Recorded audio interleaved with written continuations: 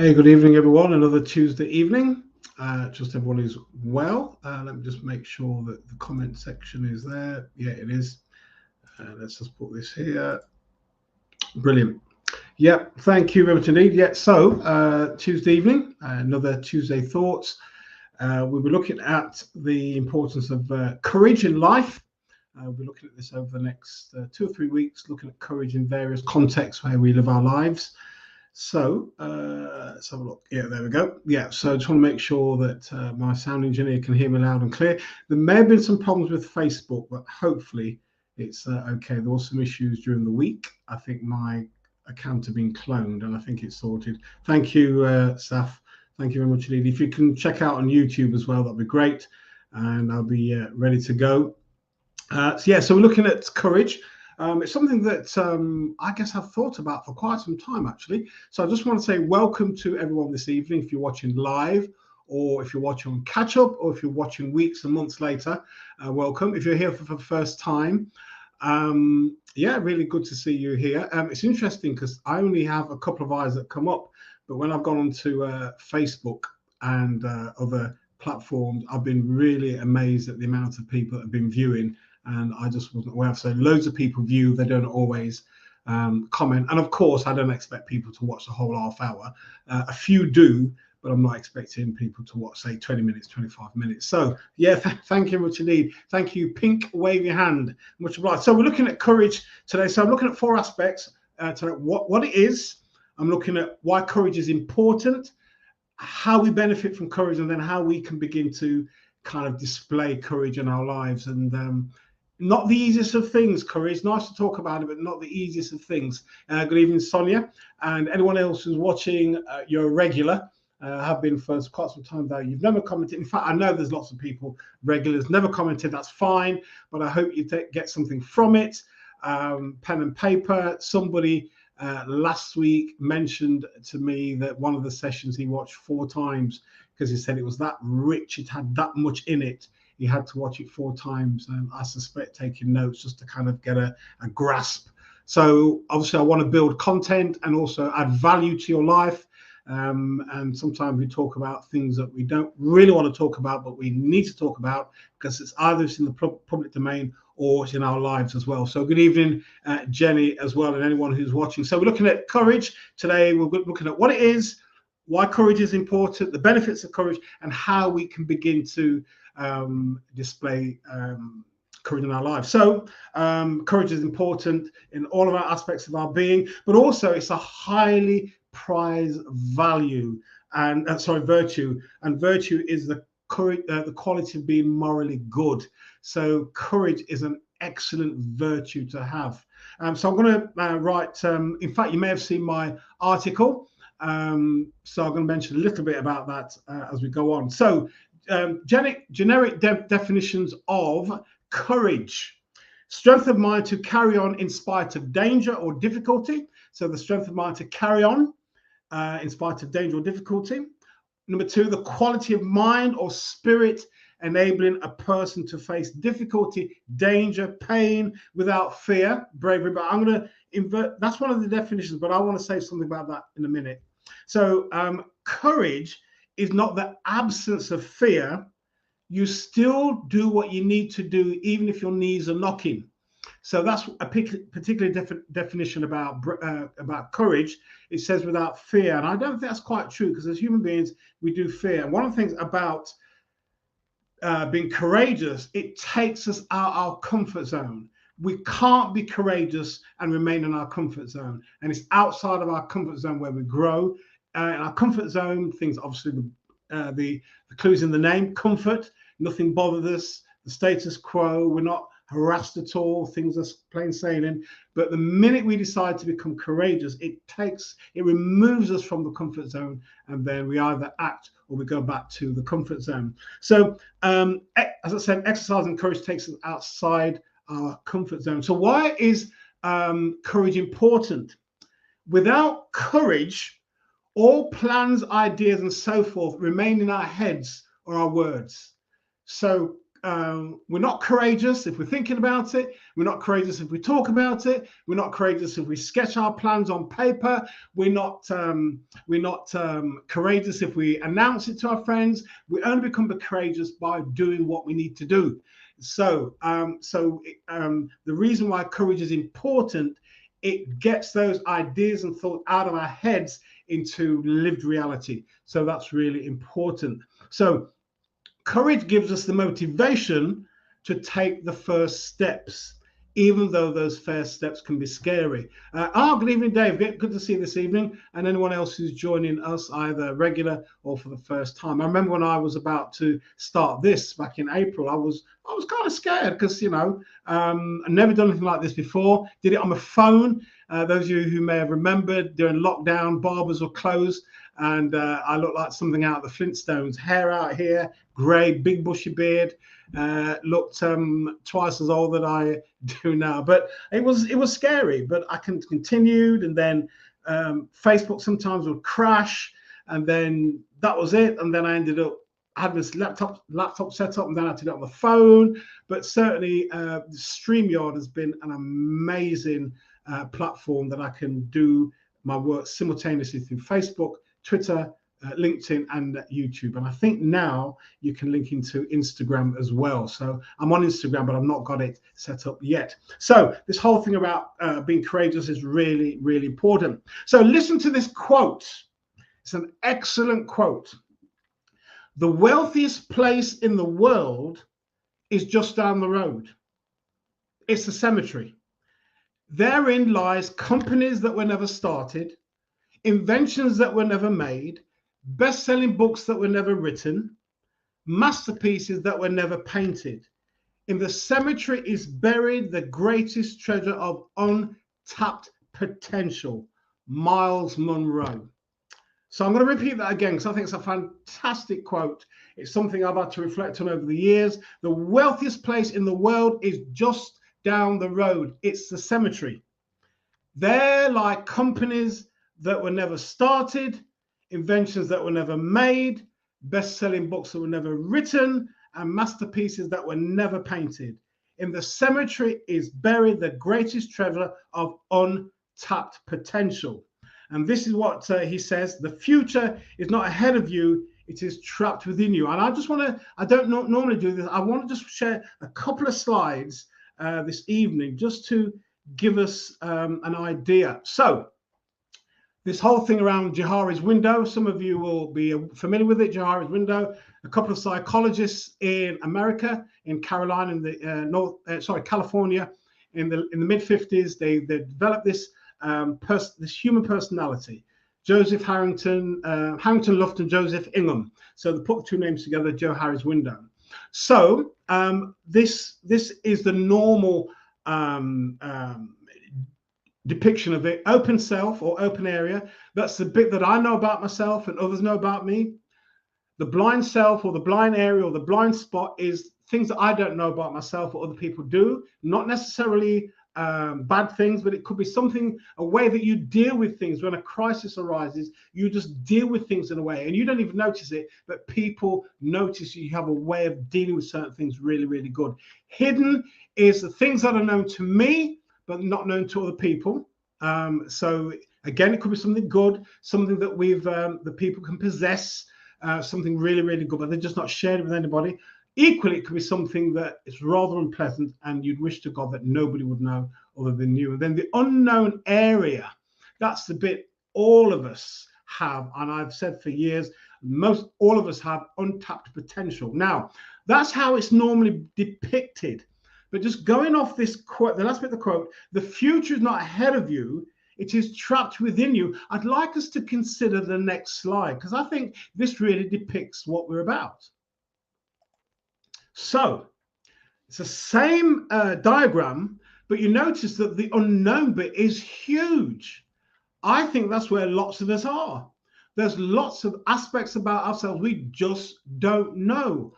Either we've not been in the environment, so to learn something new, or sometimes we want to do something, but we're fearful of doing it. What will so-and-so say? Or I remember a guy met me years ago, and he said he wanted to meet me, so we met in town. He was absolutely scared, and I thought he'd got into some trouble. And what it was, in his 30s, he was going back to college. His time at school was horrendous, and he was going back to college in his 30s, and it just freaked him out. But he went to college and he did really, really well. He was put into an environment out of his comfort zone. Being back in the classroom environment, it caused him to panic, remember his school days, but he did really, really well. So a lot of us, the area that's really untapped is the bit of ourselves that is unknown. So I just want us to kind of consider that. Maybe you're listening to this either live in the moment or later on. There's things you wanted to do, but you've not done it, not because you're not able, you don't know at the moment, you've wanted to do it, but you're really kind of scared of what other people may think and say about the things you want to do. So let me just go back to that. So Johari's window. So what courage does, it enables us to start the journey when others may be saying you can't do it. So there's a guy who his name is Kamath Narayan, and he wrote an interesting article called "Courage is More Important Than Confidence." Basically, it says this: that courage begins in the face of uncertainty and doubt. It gets things going, but confidence is the outcome. It is the result of consistent practice. So courage, in a sense, gets us started. We've got the idea, but it's courage that pushes the idea into reality. The more that we do it, the more that we practice, then confidence comes along the way. So confidence means feeling sure of yourself and your abilities. But when you start, you don't know. So you need courage to kickstart you, to get going. And as you go and you do and you reflect, that's how you get better. That's how you become more competent, and that's how you become more confident. And if you're here for the first time, welcome. We're looking at courage. Please, if you want to make a response that's relevant to this, please do, or ask a question. That's for me the bit I really kind of enjoy, asking questions and engaging with individuals on the system. So, or sorry, who's watching live. So what are some of the benefits of courage? Well, one is contentment. Now, we know that courage can get you into some hot water. So that's another side of courage, which I guess I'll look at a little bit. Courage in the workplace, courage in leadership. So I don't want anybody to think this is all kind of nice, because courage can be something that can land you in some hot water. My father used to say to me, he said, Delroy, if you speak your mind, expect to get into trouble. So what I did for decades until my early 30s, I just kept stum about lots of things. I saw things, I weren't happy about things, but my dad's words came to my mind: if you're going to speak your mind, expect nothing but trouble. So what courage does is to enable us to live comfortably with ourselves. And I take this, if some of you who watched the Equalizer 1, and I think Equalizer 1, and he says to an individual, do the right thing, do the right thing, do the right thing. And often in our workplaces, we have to do the right thing, even though we can see it could be difficult for us. But also, as I'm talking about tonight, we're looking at our own lives. Do the right thing. So what's the right thing for your life that you know you need to be doing? And it doesn't need necessarily challenging anybody or confronting somebody, but what is it that you know that you need to do that for you, it's the right thing that's really important? One of the other benefits, of course, is developing awareness. So when we act with true courage, we're taking careful, calculated risks, not blind leaps of faith. So courage doesn't mean to say we just do something, but we're taking a calculated risk as opposed to a leap of faith. So courage is not just an emotional response. In fact, what courage does, it enables us to get emotional about things, but we're able to think and to act appropriately and rightly. So So and also one of the benefits of courage, of course, going on to something else, is that it enables us to face challenges and to adapt to challenges of life, and it helps us to overcome obstacles when we have courage. As you can imagine, if we live in our comfort zone, that's where we remain. So its ability to adapt to challenges of life helps us to overcome obstacles. There's a guy called Paul Wong. He's written, and again, another interesting article, but he talks about authentic courage, and he makes the distinction of authentic courage as opposed to the dark side of courage in terms of dictatorship, suicide bombers, all those type of things, which in a sense takes a form of courage, but he talks about the dark side of courage. But he's not talking about that. He wants us to major on the positive side of courage, where we benefit ourselves and we're making a positive contribution to the lives of other people. So he talks about authentic courage, for example, a fireman or a firefighter rescuing people from a burning building. He talks that about authentic courage. And he talks about self-transcendence, which means that those kind acts that we do above self-interest. So those kind acts that we do, sometimes we have to be courageous in making those kind acts.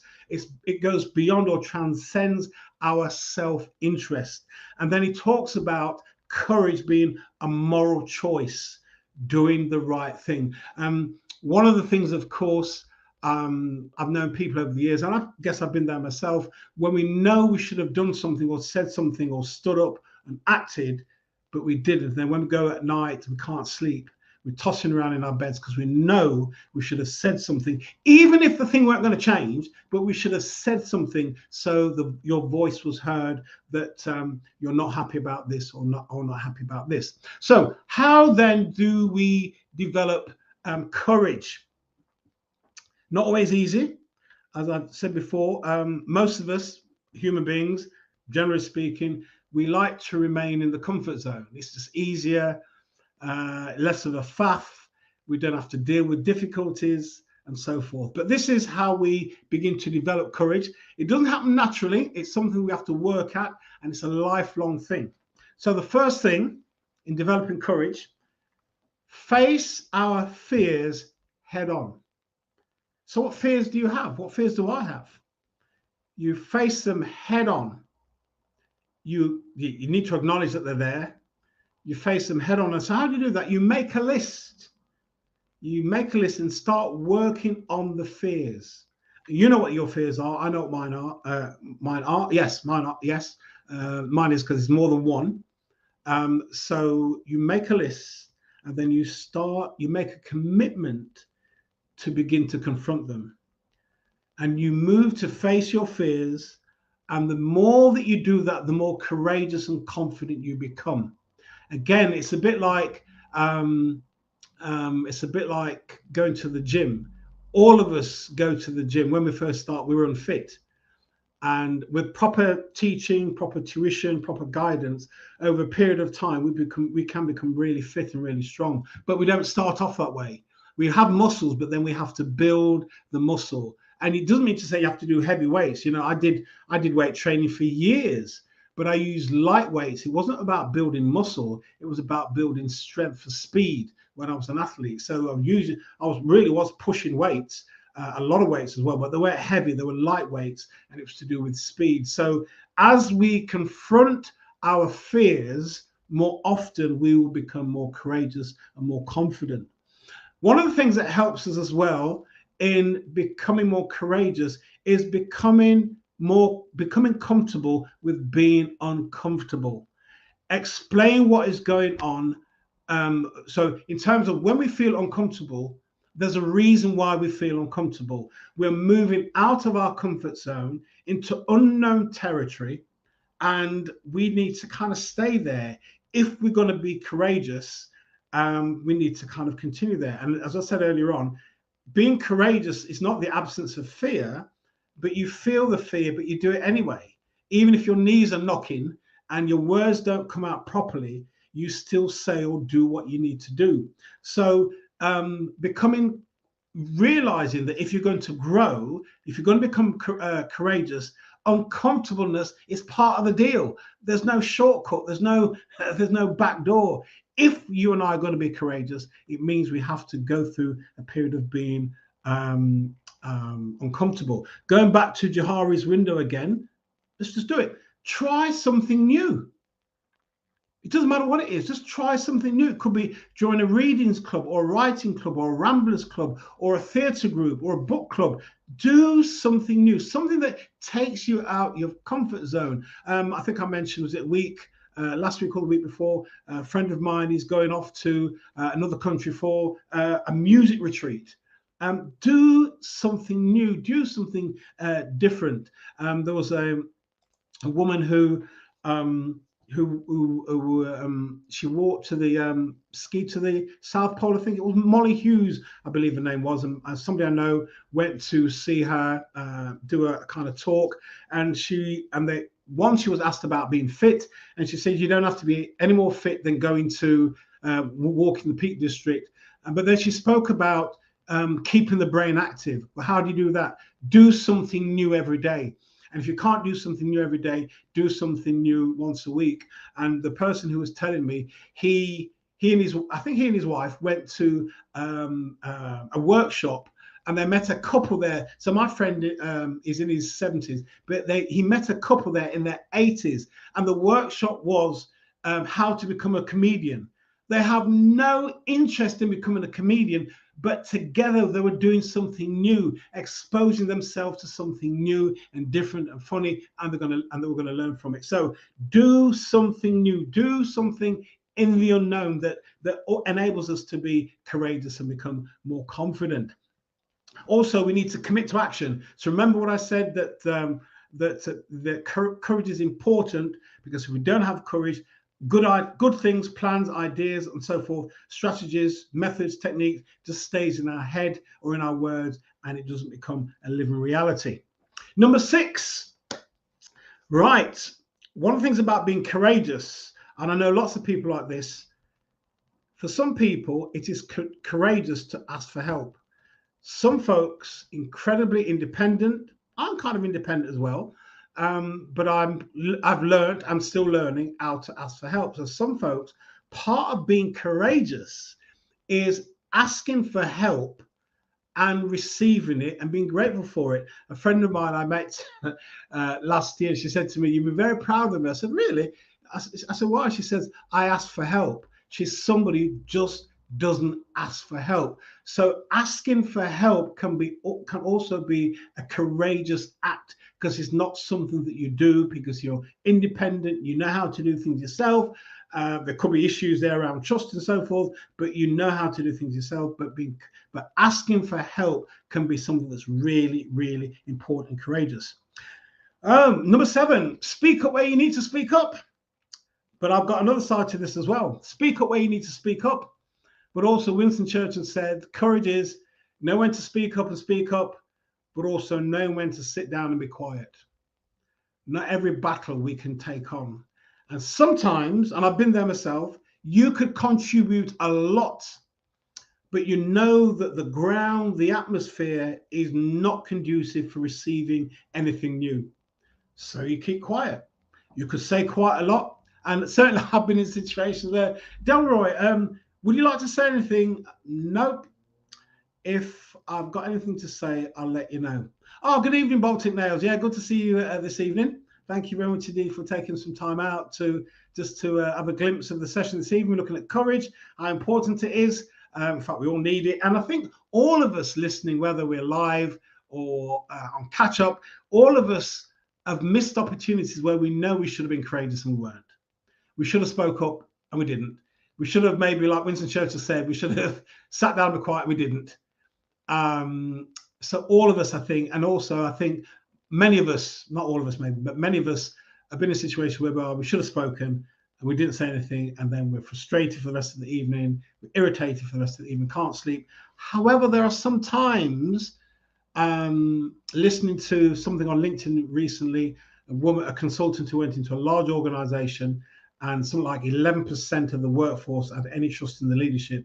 And what people had done, instead of speaking out, people just decided to keep their heads down, below the parapet and just kind of get on. And sometimes it's knowing when to do what. It's knowing when to speak up, and then also it's knowing when to sit down and be quiet, because you kind of see the environment. Nothing's going to change. Okay, so speak up where you need to speak up, but also number 8. Look, the list is exhaustive. The list is exhaustive, and here's the final one. One of the things about being courageous is to raise attention. So you're in a meeting and action's not being taken and people are faffing about. We are treading on eggshells and nobody's talking about the elephant in the room. Maybe what you need to do is talk about the elephant in the room. Jenny's asked an excellent question. Can courage exist without risk? An excellent question. It's calculated risk. Yeah, because you're coming out of the comfort zone. One, if it's a meeting, you don't know who thinks like you. I think one of the things I find really frustrating, and I have been around a long time, where things have been said in a meeting, things have been discussed in a meeting, and people who should make a comment don't make a comment in the meeting, but they make the comment in the car park. Too late, not interested. You should have said it in the meeting. And I've said things in the meeting before. I won't just say where and all the rest of it. I was told I was too harsh, and there's another perspective, and that's not really a good attitude. It wasn't a bad attitude at all. There's something that needs to be said. So I think courage. Yeah, I think the minute you start talking about courage, there's an element of risk there, because you're not too sure how people are going to react. You're not too sure what they're going to say, what think, and it could be there's other people in the room who think like you and feel the same way, but nobody's saying anything. So a friend of mine has been a practitioner for many decades, and we were talking. I might mention this some time ago, but I think it's relevant here. And he said, Delwell, we had a new director, and in this meeting, he said, I asked this director, brand new director, I asked him 3 questions. They were basically leadership questions. And he said the guy looked at me like I was talking Russian. He said he had no idea what I was asking. And he said the following day, I put in a transfer, because I knew in that department, under his management, there's no leadership. So it does involve risk. You know, ask the question, is the question going to be engaged with? Or sometimes you've raised attention when the chairperson has become uncomfortable, or the tension changes in the room. People get really embarrassed, but it's something that needs to be spoken, but people are edging around all the time. I've been there myself. I remember making a comment quite a few years ago now, and this was in a meeting. I spoke to somebody privately, and then on the Monday morning, I got a phone call and I heard his voice, and I thought, oh no, I'm really in for it now. But he said he was really grateful that I'd raised the question with him, and then he was able to put the stuff out there and let people know. He said, I've been carrying this for years, just been able to talk about it. He said, I've been able to unburden myself. Obviously, it was a huge problem after that to get it sorted, but at least it was out there. Sometimes it's not always going to be like that. You're going to say something. Yeah, let me give you an example. Can courage exist without risk? I don't know the name of the person, but this was in America, Hurricane Katrina, New Orleans. There was a particular engineer who'd said 4 or 5 years on the trot, you need to, Jennifer saying, thank you, that was my thinking. If the risk was not calculated or measured, can become an unwise in Sydney. Yes, resulting in damage, not just yourself, but others. Absolutely correct. So Hurricane Katrina, we know what happened. There was an engineer who said 4 or 5 years on the trot, listen, we need to do something about these dams.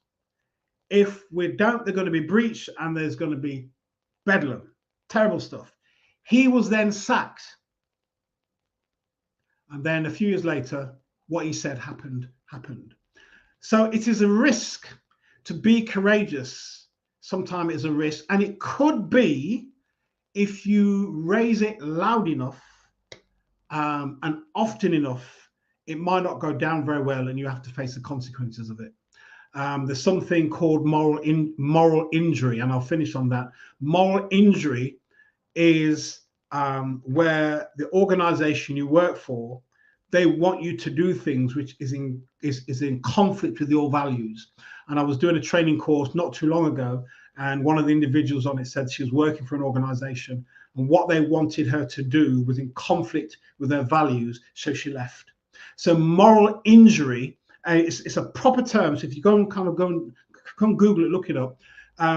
You have certain values about how people should be treated, justice and fairness and so forth. But the organization you're working for, they want you to do things that are anti-ethical, and it clashes against your values. Now, you can keep your head down, but we operate out of our values. And I've said to individuals, what happens if you remain in an environment where there's a clash, a clash between your values and the organization's values, and you remain in that organization? There's only one thing really that's going to happen to you. You're going to become unwell.